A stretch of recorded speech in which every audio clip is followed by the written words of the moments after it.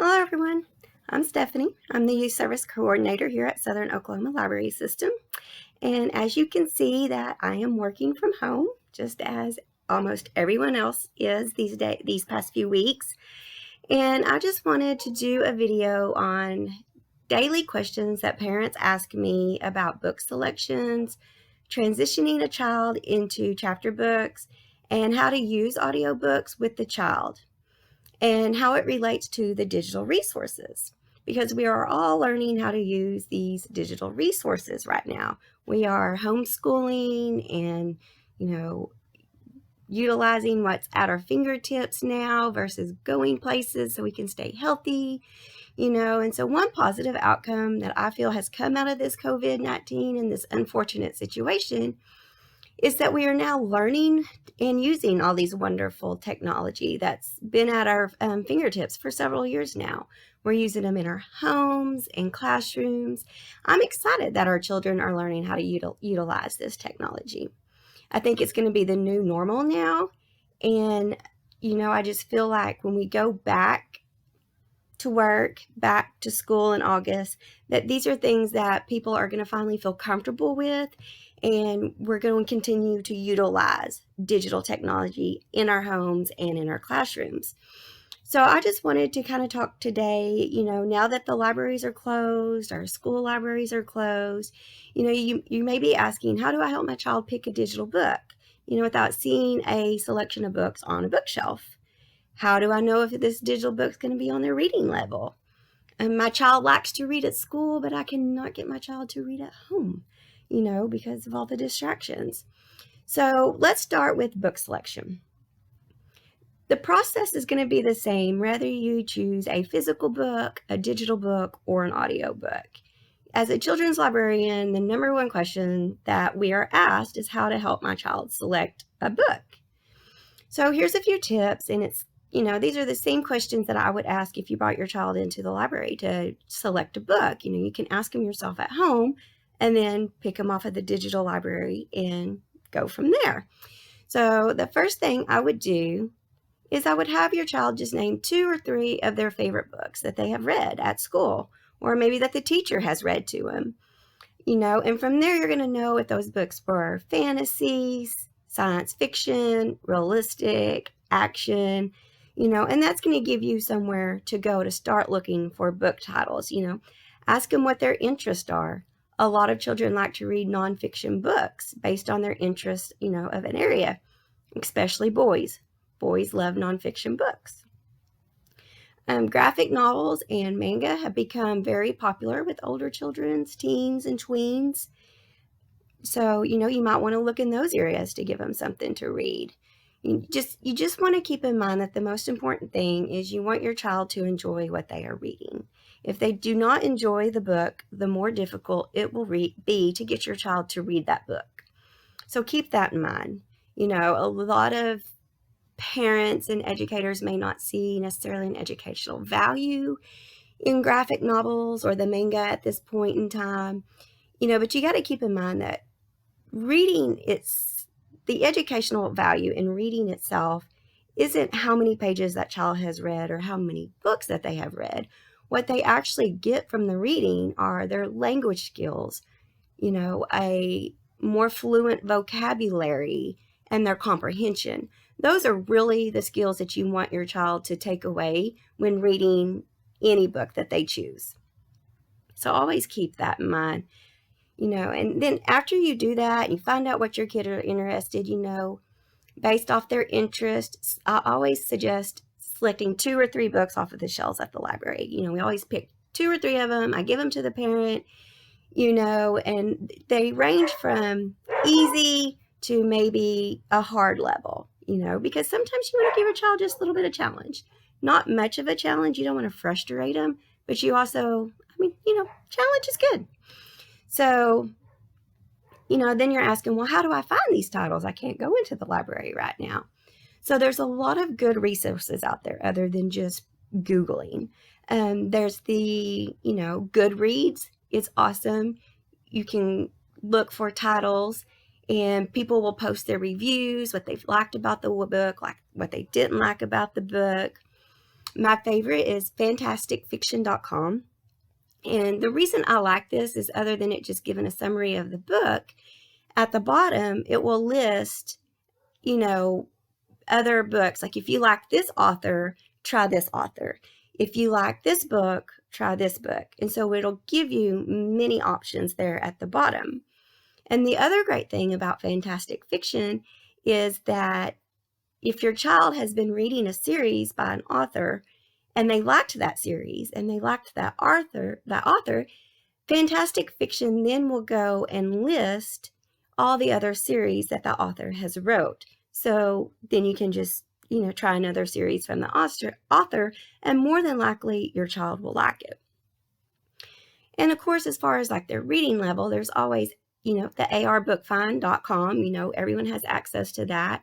You just type in the title of the book and it will tell you the reading level, the points it's worth. It'll give you the quiz number. And there's also many apps on your phone, if you look, that will also give you your AR level. So those are a couple of my favorite things that I use in the library when I'm trying to help, kids, young adults, or even adults find books or new authors that they may enjoy. So after you've selected these 2 or 3 books, I also, always ask the parent to sit down in the library with the child. And you can do the same thing at home with your digital book. You just sit down, read 1 or 2 pages with your child, have that child read those pages to you.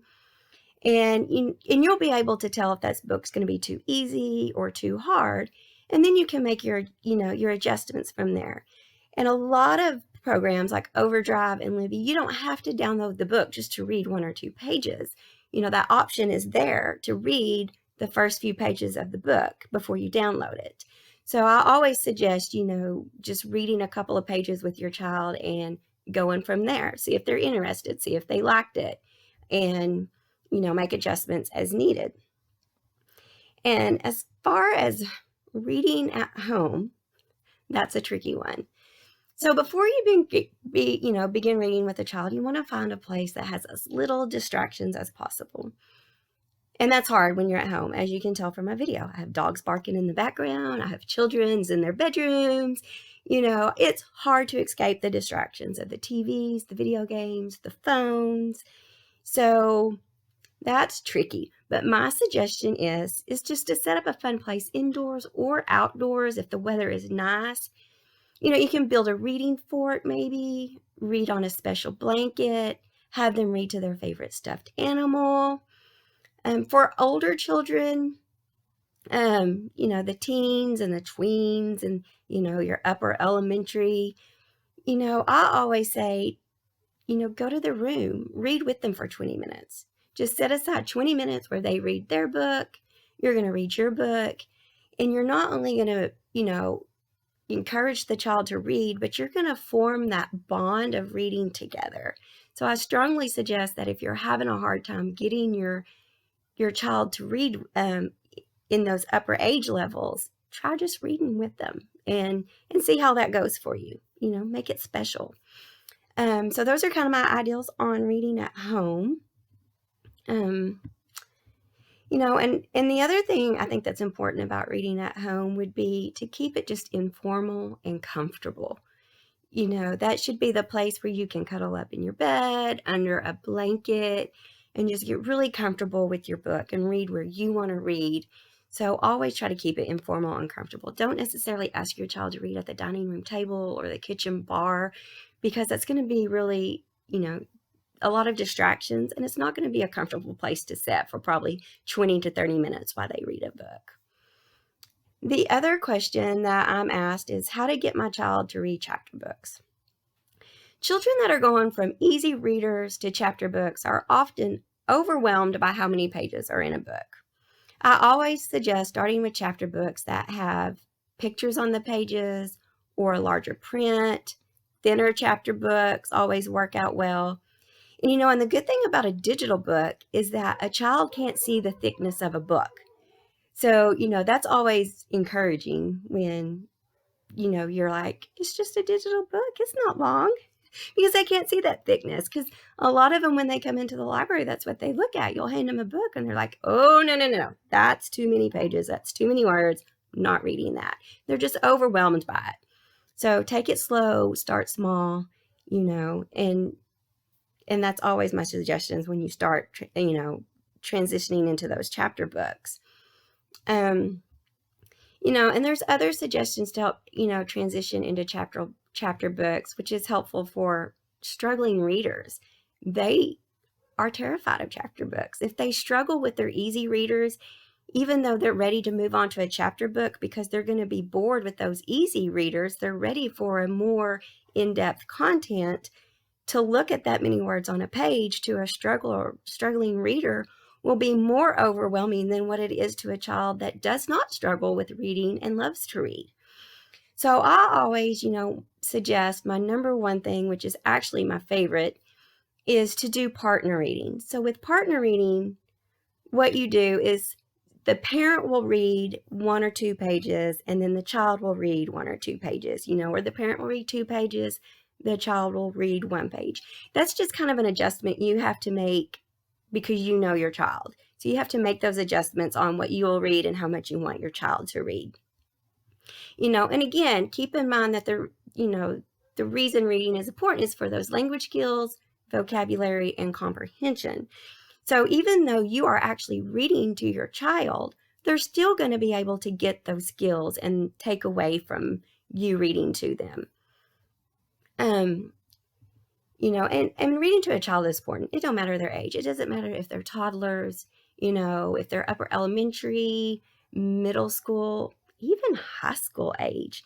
It's important to read to your child. It's important to introduce them to that language and the vocabulary. And so I always, I think that's why partner reading is one of my favorites. My second favorite would be the echo reading. And this is really good for elementary kids. Because, in echo reading, what you do is you'll just take 1 or 2 paragraphs, depending on the length of them, and you'll read it 1 or 2 times to the child. And after you've done that, then you ask the child to read it back to you. And what this does is by the child following along with what you're reading, it's going to make them comfortable with those words that maybe they weren't familiar with, were hard to to sound out or pronounce, or a tricky sight word that might be in there. So that's a good way for them to learn and get familiar with that word. And then when they read it back to you, they will build a visual memory of those words. So that was my second favorite. The third way to do it, I'm just not fond of it. It's hard for me to do. It's called choral reading. So in this technique, the parent and the child actually read at the same time together, kind of like singing a song or a duet. I find that very tricky to do. So that's why it's not my favorite, but it may be something that works for you and your child. So, absolutely give it a try. My other suggestion often with transitioning into chapter books or getting, a struggling reader to read a chapter book, or maybe even a kid that's not fond of reading, is to break up the reading by just asking questions. Read a page or 2 and then just ask them questions to make sure that they're comprehending what they're reading. Ask them what just happened in that paragraph or on that page. What do they think will happen in the next page or the next chapter? Have them make the predictions, ask them if they can relate to that at school or in life or with their friends. Just be creative with your questions. You basically, out of these questions, you just want to give them time to let their eyes rest from reading. And you just want to make sure that they're comprehending what they're reading before they get too far into the story. And all these above techniques that I've just mentioned and talked about are also really well for audiobooks. I love audiobooks. I sell them all the time in the library to parents because, when people, they just get a bad rap, and they shouldn't, because audiobooks are amazing, especially for children that are struggling with reading. They all, my biggest suggestion for parents with the audiobooks is to, when possible, to possible is to check out a book, the physical book, along with an audiobook. Let the child listen to the book as they follow along with the physical book of it for several reasons. One, again, is going to take a lot of frustration out of reading with that child. They're not going to get hung up on pronouncing words, and just focusing so hard on the words that they lose the storyline. They lose comprehending of what is going on, the excitement of the story. So that's the biggest reason I love the audio books to do with kids. And there's other techniques that you can also do when a child is listening to an audiobook. It also works too if you're reading to your older child with, a chapter book. So as you're reading to them or as they're listening to the audiobook, have them take notes about, unfamiliar words that they've heard, characters' names, the setting. What are they picturing as they're listening to this book, or what are they picturing as you read this book? Have them start a journal with unfamiliar words so that they can go back and look up these words and become familiar with them, and then use them as a part of their own vocabulary later on in life, whether it's in their writing, in speeches. So that's, one of the other things that I always encourage parents to do with the audiobooks as well. And even with like audiobooks or chapter books, you should have a child retell you what they've read. And this doesn't necessarily have to be in written form. Writing and retelling is very important. But sometimes just simply having them retell you what they've read, have them retell you something about a character. Again, this is all of the ways to make sure that they're comprehending what they're reading and getting, what they need out of this book. And you can always, my favorite I also like is to have your child rewrite the ending. And, when I say rewrite, again, it doesn't necessarily have to be with pencil and paper. It can, be done verbally, but help them get creative with it. How would you have changed the ending? Would it have been funny? Would it have been sad? What emotions would you have wanted your audience to feel, at the end of your book? Would you want the reader to feel happy or hopeful? Get creative on asking your questions like that and helping your child to rewrite an ending to the book that they've just read.